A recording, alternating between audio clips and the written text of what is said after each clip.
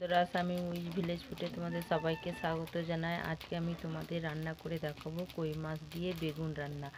কই মাছ দিয়ে বেগুন রান্না করার জন্য আমার এখানে আছে কই মাছ, আর এখানে আছে লঙ্কা গুঁড়ো, হলুদ গুঁড়ো, জিরে গুঁড়ো, নুন, আদা রসুন বাটা, সব জল দিয়ে আমি মিশিয়ে একসাথে রেখেছি। আর এখানে আছে আলাদা সর্ষে বাটা, আর এখানে কেটে রাখা বেগুন, পেঁয়াজ, টমেটো কুচি। প্রথমে আমি কড়াই তেল দিয়ে আমি মাছ কটা ভেজে নেব, খুব লাল লাল করে মাছ কটা আমি ভেজে নেব। আর তারপরেও আমি বেগুনটা খুব লাল করে আমি ভেজে নেব।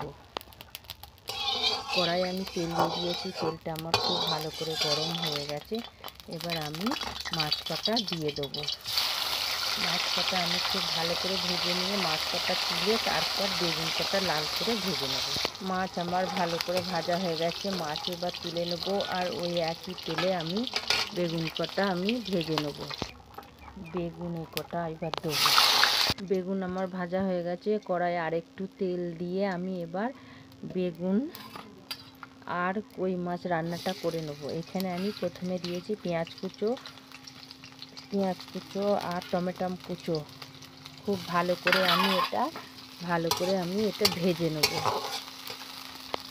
টমেটো আর পেঁয়াজ নরম হয়ে গেছে। এবার আমি আদা রসুন বাটা, লঙ্কা গুঁড়ো, হলুদ গুঁড়ো মশলাটা আমি দিয়ে ভালো করে কষিয়ে নেব। এবার আমি দেবো সর্ষে বাটা। সব কিছু একসাথে খুব ভালো করে কষিয়ে নেব যতক্ষণ না মশলা থেকে তেল ছাড়ছে। মশলা থেকে আমার তেল ছেড়ে দিয়েছে, খুব ভালো করে তেল ছেড়ে দিয়েছে। এবার আমি জল দেবো। এই জল দিয়ে আমি এটা রান্না করে নেব। জল,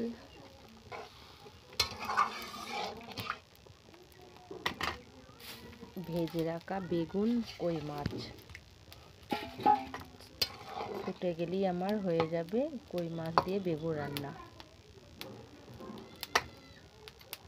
এই দেখো বন্ধুরা, আমার বেগুন দিয়ে কই মাছ রান্না হয়ে গেছে। প্রথম থেকে শেষ পর্যন্ত ভিডিওটা দেখবে আর এইভাবে বাড়িতে রান্না করে খেয়ে দেখবে কেমন হয়েছে, কমেন্ট করে জানাবে।